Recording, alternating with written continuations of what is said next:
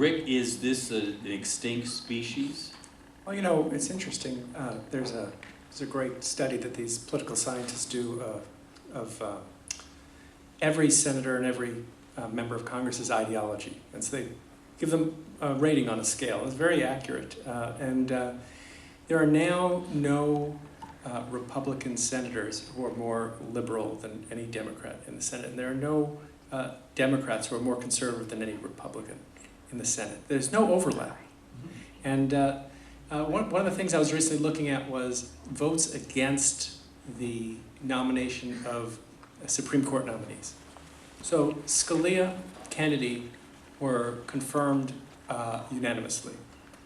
When you start talking, and Breyer and Ginsburg had 8 or 9 votes against them.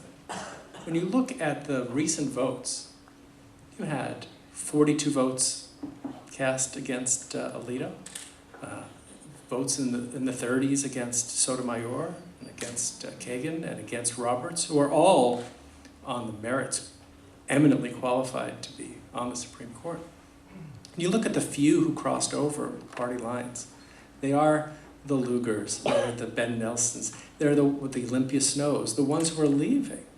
So I actually think, you know, the Senate was the place for compromise. With its filibuster rule, you had to get 60 votes to do everything.